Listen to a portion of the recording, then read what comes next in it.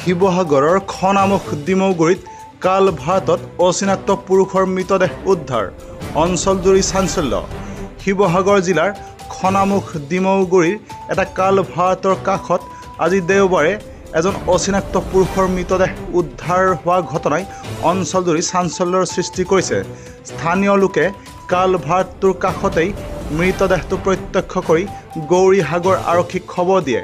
খবৰ পোৱাৰ পাছত গৌৰীসাগৰ থানাৰ আৰক্ষীৰ দল ঘটনাস্থলীত উপস্থিত হৈ মৃতদেহটো উদ্ধাৰ কৰি মৰণোত্তৰ পৰীক্ষাৰ বাবে প্ৰেৰণ কৰিছে।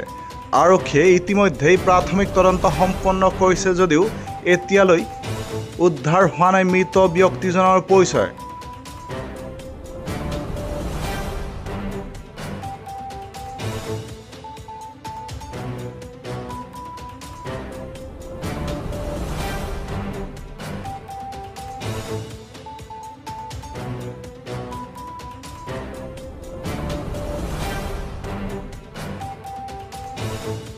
শিৱসাগৰৰ পৰা ফাৰহান লস্কৰৰ ৰিপৰ্ট, নিউজ টাইম 3।